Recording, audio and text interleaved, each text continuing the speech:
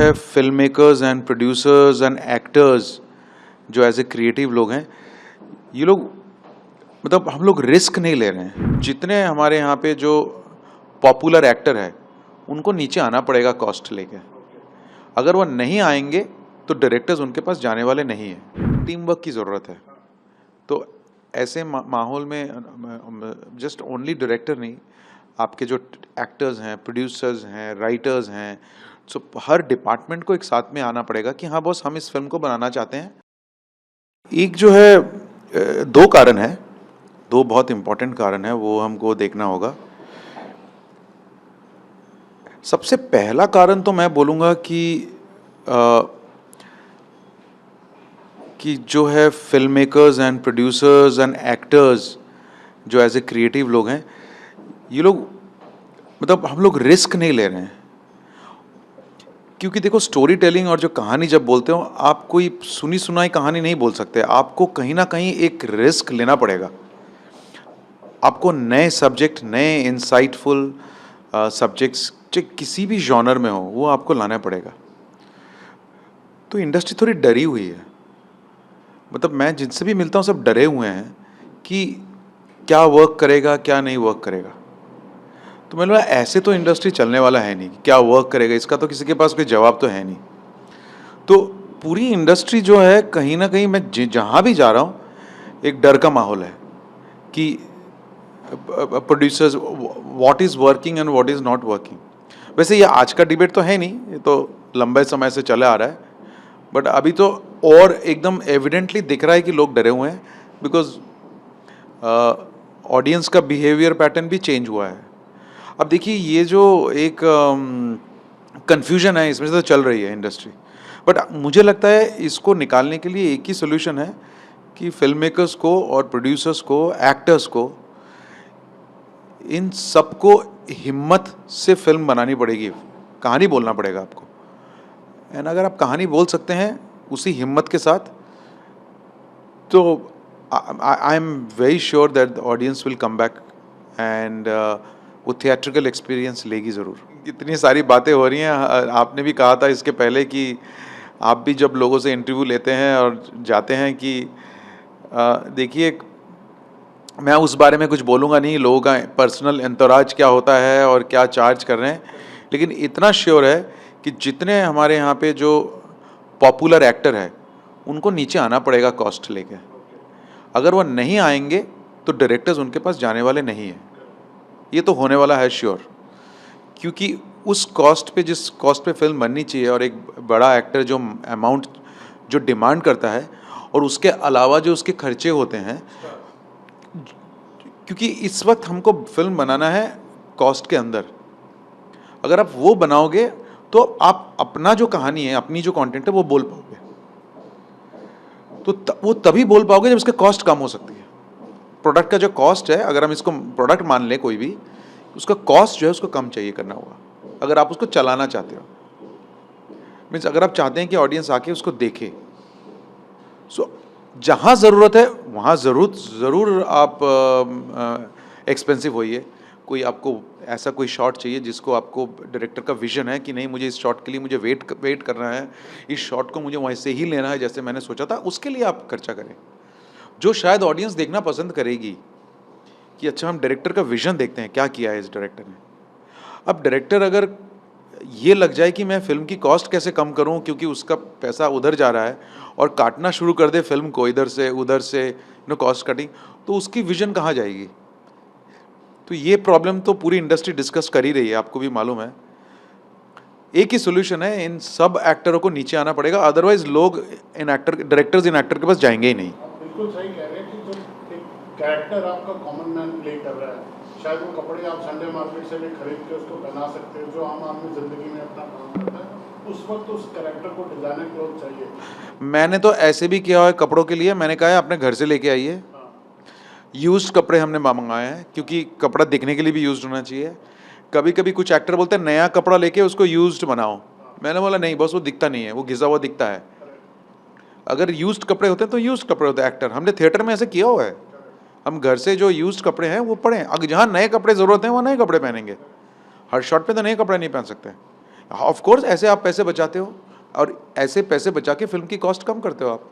मैं आपसे मिलने का मेरा मकसद भी है था कि मुझे याद है आपने विकी डोनर बनाई थी और बहुत कम बजट में उस फिल्म को बनाया था। बहुत कम, मतलब सोच भी नहीं सकते। मुझे याद है दिल्ली में हम 30 दिन एक फार्म हाउस पे शूट किए थे और आयुष्मान अपने कैरियर स्टार्ट कर रहे थे। जी। और शायद वो शादियों में जो कैटरिंग होती है वैसे कैटरिंग का इंतजाम करके, मतलब वो ना कोई सुपर एक्सपेंसिव फूड आ रहा था, ना सुपर लग्जरी होटल थे, जी। ना कोई ऐसी गाड़ियाँ उसमें यूज हुई, मगर कंटेंट अगर अच्छा है, अगर राइटिंग अगर अच्छी है, मेरे ख्याल आप उसी फिल्म के विनर थे। लेकिन मैं नीरज जी आपको बताऊं, ऐसे करते हुए भी, ऐसे कॉस्ट कटिंग करते हुए भी सब लोग खुश थे, करेक्ट करेक्ट, वही मैं बोल रहा हूँ। अनहैप्पी नहीं थे कोई, मतलब है ना। पब्लिक भी खुश है, मेकर भी खुश है, आर्टिस्ट भी खुश है। जी, अनु कपूर जी के साथ हम लोग कर रहे थे। हम लोग सब बैठ के वही गार्डन में पुराने स्टाइल से खाना खाते थे, टेबल लगा है, जी। नो वैनिटी वैन्स की, हाँ सब बैठने सी, चले। इसमें एक टीम वर्क की ज़रूरत है। हाँ, तो ऐसे माहौल में जस्ट ओनली डायरेक्टर नहीं,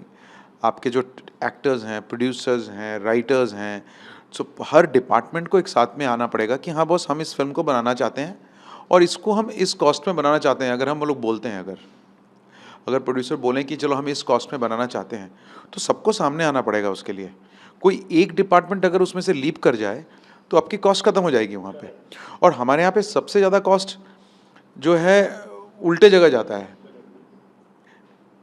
लेकिन हमारे साथ ऐसा नहीं हुआ है। हमने जितने भी फिल्में बनाई आज तक, मैंने मी एंड रॉनी ने जो बनाए हमने फिल्में, हमने कॉस्ट कहीं ऊपर नहीं जाने दिया, जिस वजह से हमारी कंप्लेंट्स भी कम है। और हमारे पास एक्टर भी ऐसे ही आए हैं जिनको मालूम है कि हम लोग ये राइजिंग सन की फिल्म्स कर रहे हैं, शुजित दा के साथ फिल्म कर रहे हैं, इसमें कॉस्ट ज़्यादा नहीं होगा फॉर श्योर। और हमारा यूनिट भी ऐसा है, कोई दिखावे वाला यूनिट आपने देखा होगा, हमारे यहाँ दिखावे वाला है ही नहीं कोई चीज़। हम लोग काम से काम मतलब रखते हैं, शूटिंग करते हैं और चले जाते हैं। इस वजह से हम लोग अभी भी अपनी तरह का फिल्म बना पा रहे हैं हम लोग। मेरी लास्ट फिल्म थी आई वॉन्ट टू टॉक, वो भी उतनी ही रिस्की फिल्म थी, लेकिन हमने बनाई वो फिल्म।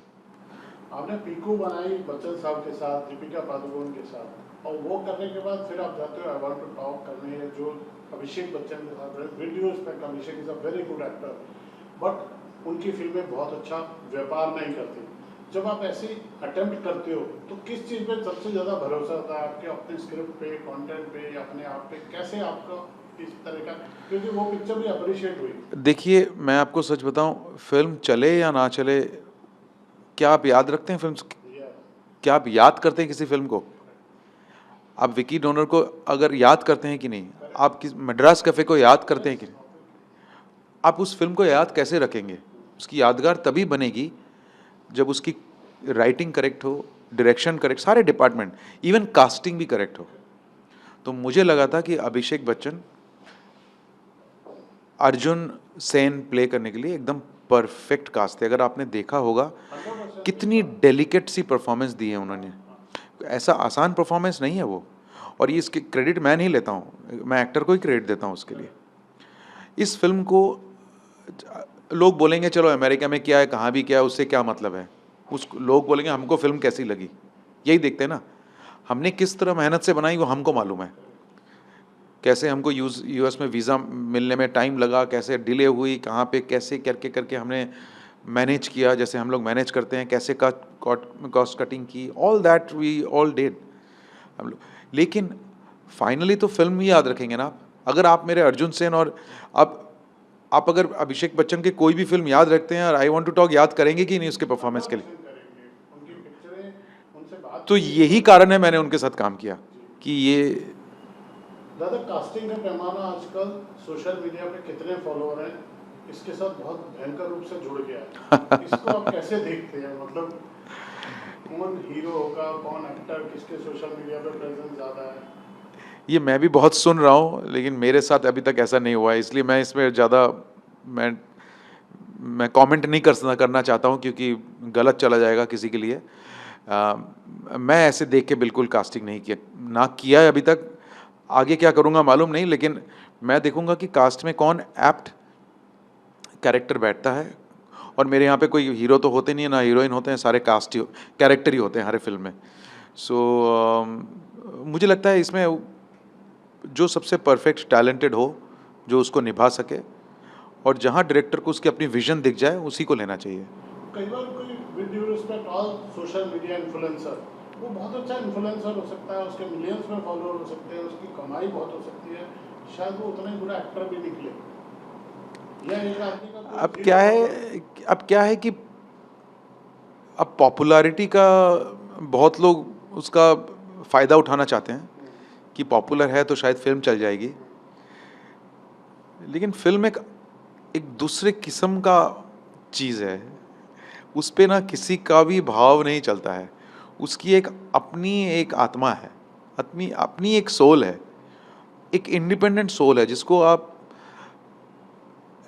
ऐसे ही पकड़ नहीं सकते हैं उसको, कि चलो मैंने कुछ बहुत पैसे डाल दिए, बहुत इन्फ्लुएंसर को लिया और स्टोरी कर दिया तो चल जाएगा, पकड़ लेंगे। नहीं, उसकी एक बहुत अलग आत्मा होती है। अगर वो इन्फ्लुएंसर अच्छा एक्टर है और राइट फ़िल्म में किया है, तो शायद वर्क कर जाए, ऐसी कोई बात नहीं है, वर्क करे, लोग देखें। आज नहीं तो कल देखेंगे। लेकिन ऐसे ही इन्फ्लुएंसर है तो इसलिए ही फ़िल्म पॉपुलर हो जाएगी, ये कोई गारंटी नहीं है। लास्ट में मैं आपसे दादा ये पूछना चाहता हूँ, जब आप फिल्म बनाते हैं और फिल्म को ईमानदारी से बनाते हैं, सच्चाई से बनाते हैं, तो ऐसे ईमानदारी और सच्चाई के साथ उसको पेश भी करना चाहिए। प्रमोशन के टाइम पे जब हम उसके साइड में जो फेक पीआर का जो फसाड बना देते हैं कि आप फिल्म देखेंगे तो आपको पता चलेगा, आपको फिल्म ऐसी होगी, इससे अब कितना इफेक्ट है? या कभी आपने कोई पेड पीआर का अटेम्प्ट किया है, कोई फेक पीआर के आपके साथ कोई ऐसे एक्सपीरियंस है क्या? नहीं, देखिए, हमारे साथ ऐसा नहीं हुआ है कभी कभी। लेकिन मैं आपको ये पीआर वाली जो बात, ये जो है, अगर आप मेरे को दिल से पूछेंगे, मैं तो ट्रेलर में नहीं दिखाना चाहता हूँ।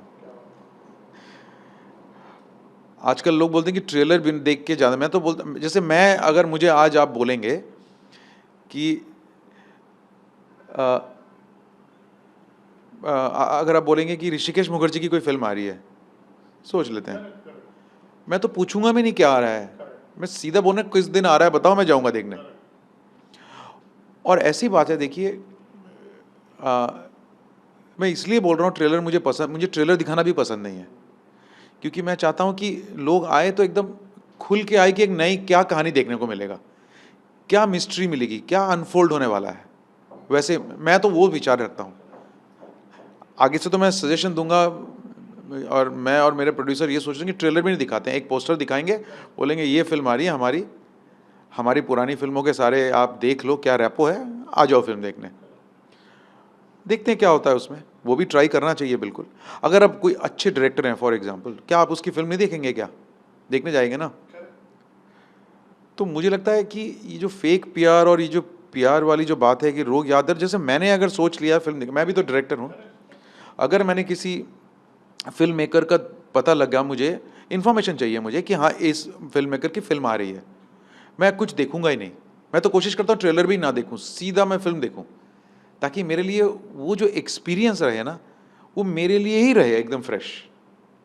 और लोगों के लिए क्या है, मैं उसमें जाना भी नहीं चाहता हूँ। मैं लोगों को ये भी बोलता हूँ कि आप कोई भी फिल्म आए, रिव्यू पढ़िए, सब पढ़िए, लेकिन ओपिनियन अपना ज़रूर बनाएं। होना है, एक ओपिनियन अपना होना भी ज़रूर है ना इंसान का।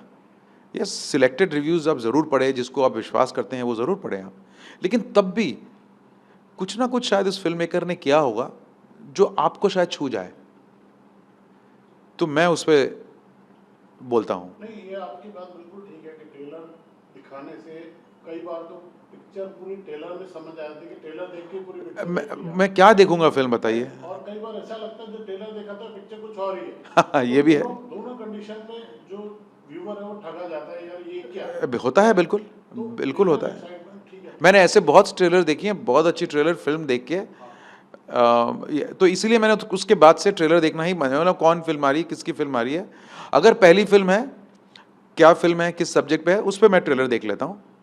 लेकिन मैं मोस्टली कोशिश करता हूँ, मैं अपनी फिल्म के लिए ये बोलूँगा कि मैं इसके बाद ट्रेलर शायद नहीं दिखाऊँ। और मैं क्यों आपसे ये बात कर रहा हूँ कि बदलता दौर ये है कि फिल्म 2 दिन पहले 3 दिन पहले रिव्यूअर को दिखाई जाती थी, एक शोज रखे जाते थे। मैं तो 4-5 दिन पहले दिखा देता हूँ। माने आप जैसे मेकर हैं 10 दिन पहले दिखा सकते हैं, क्योंकि अभी तो एम्बार्गो इतने दिन में रिव्यू नहीं डालना है, सोशल मीडिया पे नहीं डालना है। मैं इसे ये क्यों पूछ रहा हूँ दादा कि जो रिव्यूअर हैं उनकी गिनती 8, 10, 15, 20, 25, 50 शायद अब 100 हो गई हो इन्फ्लुएंसर के ज़माने में। उनका कनेक्शन कहीं ना कहीं वो पब्लिक से भी है। तो रिव्यूअर ये नहीं बोलता कि ये फिल्म अच्छी है या बुरी है। देखिए, मेरा कहना रिव्यूअर को लेकर दूसरा चीज़ है। मेरा कहना है कि अभी आपने फिल्म, अगर रिव्यूअर अभी आपने फिल्म देखा और अभी घर जाके आपने एक रिव्यू लिख दिया, ऐसा नहीं होना चाहिए। होना क्या चाहिए कि रिव्यूअर को जैसे फिल्म दिखाओ, उसको भी समय देना चाहिए कि वो भी जाके घर पे उस फिल्म को अपने में ढाले, वो सोक इन करे कि क्या फिल्म ने बात की, क्या अच्छी लगी, क्या हम इस फिल्म को कैसे सेलिब्रेट करें, इस फिल्म को कैसे डिस्कस करें। तो एक मतलब रिव्यूअर्स को, जो सीरियस रिव्यूअर्स हैं, मुझे लगता है उनको इसलिए पहले दिखाना चाहिए ताकि उनको भी समय मिले सोचने के लिए कि फिल्म को कैसे देखें। आजकल तो फिल्म्स बाहर निकलते हैं और कहीं कहीं ऐसे रिव्यू कर देते हैं, उसके बाद शायद समझ में आया क्या। इंटरवल से भी लाइव चल रहा होता है इंटरवल। मुझे लगता है वो गलत है। अगर आप सीरियसली रिव्यू करना चाहते हैं तो आप एक फिल्म को देखें, समझें, उसको थोड़ी देर अपने अंदर रखें, फिर रिव्यू करें। तो ये होना चाहिए रिव्यू, स्पेशली रिव्यूअर्स को दिखाने के लिए। मैं तो इसी वजह से दिखाता हूँ ताकि वो सोच सके, समझ सके, अंडरस्टैंड कर सके। कहीं ऐसे ही फटाक से कुछ बोल दे और बाद में लगे कि नहीं यार, ये तो हमने गलत बोल दिया, क्योंकि वो फिल्म को तो हानि भी करती है ना। आपकी फिल्म के बारे में किसी ने कुछ बहुत बुरा लिखा, वो आपको कितना इफेक्ट करता है as a film maker, as a director? देखिए, अब मुझे उसका बुरा नहीं लगता है। अब मुझे एक ही चीज़ का बस बुरा लगता है, कोई अगर, कि देखिए फिल्म तो मैंने बनाई है ना, जिम्मेदारी मेरी है। तो होता है ना, आप छोटे बच्चे को कभी क्लास में कंपेयर नहीं करते हो, यार तेरा वो बच्चा ना वो तेरे से बेटर है। अब माँ बाप भी कहते हैं देखो वो लड़का तेरे से अच्छा है। उस लड़की की अगर मुझे कोई बोले वो फिल्म से से ये फिल्म खराब है, ये अच्छी है, तो वो जो कंपैरिजन हो जाती है ना, वो मुझे बुरा लगता है। नहीं यार, उस फिल्म की हर फिल्म को अलग से ही रेट करना चाहिए। एकदम एकदम अलग देना चाहिए। बिकॉज आप कंपेयर जब कर रहे हो, कहीं ना कहीं मेरे अंदर जो बचपना है उसको आप बुलिंग कर रहे हो। आप मेरे फिल्म को खराब बोल दो कि पसंद नहीं आई फिल्म, देखने लायक नहीं है फिल्म, फेयर इनफ। लेकिन मेरी फिल्म को कंपेयर मत करो किसी और के साथ। सो बिल्कुल सही पॉइंट है ये। आप ये बताइए कि अगर एक रिव्यूअर अपना ओपिनियन लिखता है सामने और उसको फिर 4 स्टार देने की बजाय वो 3 स्टार देता है और फिर पीआर एजेंसी से फोन आता है सर इसको 4 स्टार कर दीजिए, उसको आप कैसे देखते हैं? नहीं जी, इसमें मैं तो विश्वास नहीं करता हूँ ना। मैंने आज तक मैंने तो नहीं किया, अभी तक किसी से बात नहीं किया है। मैं तो जैसे फिल्म दिखाते हैं सब जितने रिव्यूअर्स हैं, और स्पेशली रिव्यूअर्स नहीं, सब कुछ दिखाता हूँ मैं तो। इवन आपके रेडियो चैनल्स के, मतलब टीवी के, न्यूज़ के जो इंडिपेंडेंट है, मैं सबको फिल्म दिखाता हूँ। आई वॉन्ट टू टॉक तो मैंने कम से कम 7-8 दिन पहले दिखाना शुरू किया। करेक्ट। आपको पता है आपके जर्नलिस्ट के बायकॉट तक हो रहे हैं, मतलब उनको नेक्स्ट फिल्म में बुलाया नहीं जाता अगर आपने किसी फिल्म की बुराई कर दी। तो जो ये कंट्रोल है, अगर फिल्म अच्छी है तो अगर किसी ने बुरा लिख दिया फिल्म अच्छी है वो वर्क करती है। मैंने ऐसे भी रिव्यूअर देखे हैं जो बाद में सॉरी बोलते हैं कि मैंने इस फिल्म को क्रिटिसाइज किया था, आई एम सॉरी कि फिल्म अच्छी थी। शायद मेरा क्रिटिक भी बोलते हैं अपने रिव्यू में, ये मेरा ओपिनियन है, ऐसा है। हम सीनियर क्रिटिक किसी का नाम नहीं ले रहे, और 4-5 क्रिटिक से मेरा इस बारे में लंबा बात हुआ कि हमसे भी मिस्टेक होती है कि हमने इस फिल्म का रिव्यू ऐसा किया था, फिल्म बेटर थी, पब्लिक में पसंद आई जी। और उन रिव्यूअर का क्या, वो ऐसा मुझसे क्रॉस क्वेश्चन करते हैं कि जिन्होंने फिल्म देखी भी नहीं और 4-4 स्टार करके अगले दिन अखबार में फुल पेज ऐड आता है 4 स्टार 4 स्टार 4 स्टार। देखिए नीरज जी, ये तो मैंने सुना है, मैंने तो अपने लिए, बिकॉज मेरे को, मैं बॉलीवुड से ज़्यादा घिसा भी हुआ नहीं हूँ उस तरह से, तो मैं कोलकाता रहता हूँ, इधर रहता हूँ, फिल्म बनाता हूँ, तो मैंने जितना देखा है मेरे साथ तो ऐसा नहीं हुआ है। लेकिन मैं क्रिटिक्स को, मैं मतलब रिव्यूअर्स को लेके यही बोलूँगा, देखिए सबको अपने विचार रखने का, they have every right to express. उनको जैसा फिल्म, जैसा उनको लगा है, जैसी भी लगे, वो आई थिंक उनको रखने का विचार है।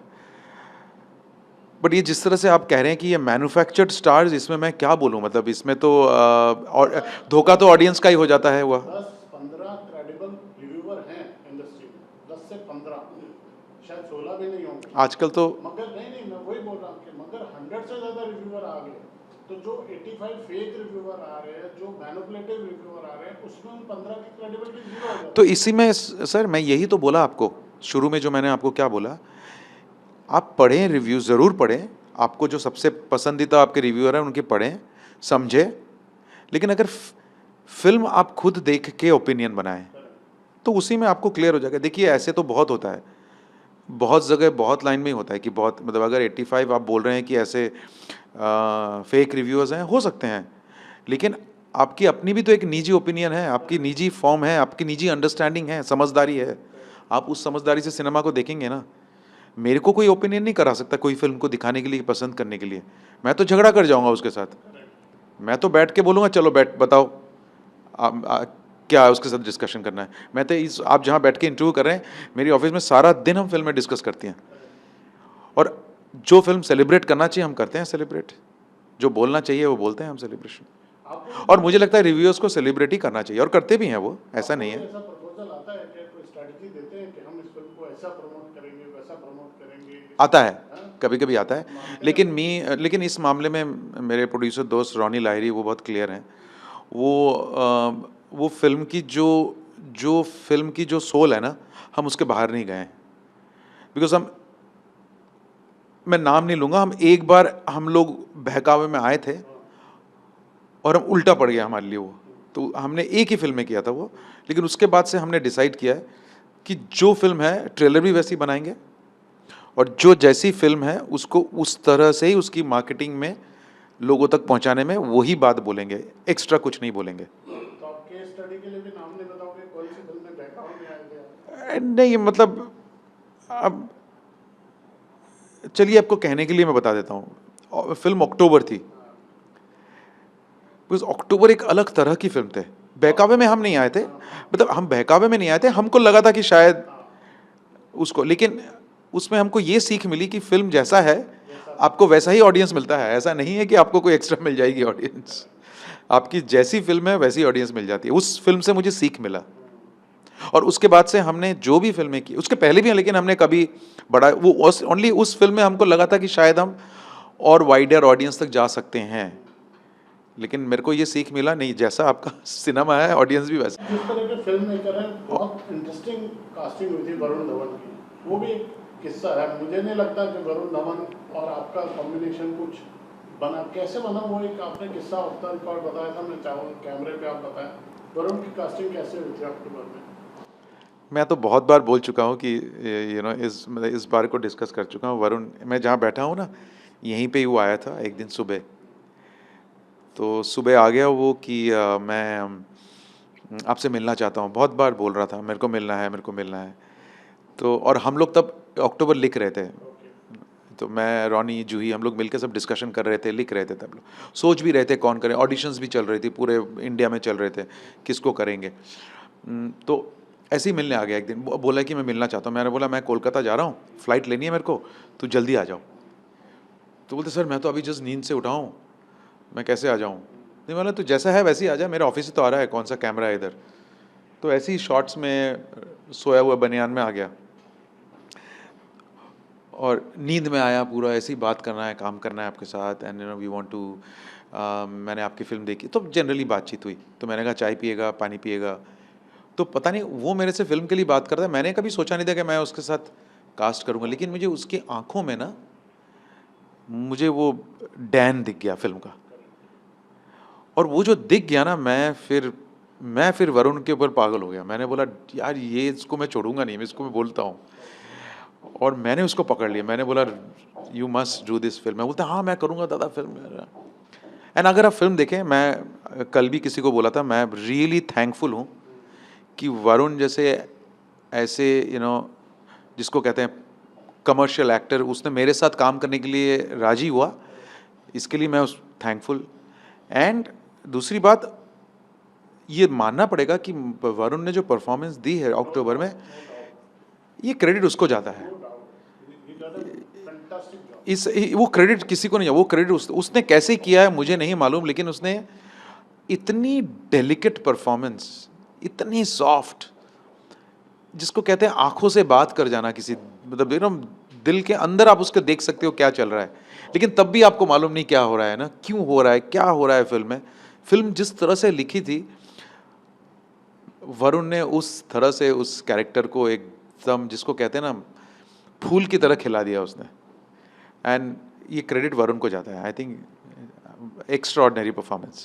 दादा आप एक मैसेज तो दे दो मुझे लास्ट में इंडस्ट्री के लिए, जो सारा दिन ब्रांडेड पहन के घूमते हैं, एक्टर हर तरह से सजे धजे तैयार रहते हैं, उनको अपने कपड़ों पे, टैप्स पे, इन चीज़ों पे ध्यान देना चाहिए या? मैं सारे एक्टर को, उन एक्टर को यही बोलूँगा, नीचे आके फिल्में करो, कहानी बोलो,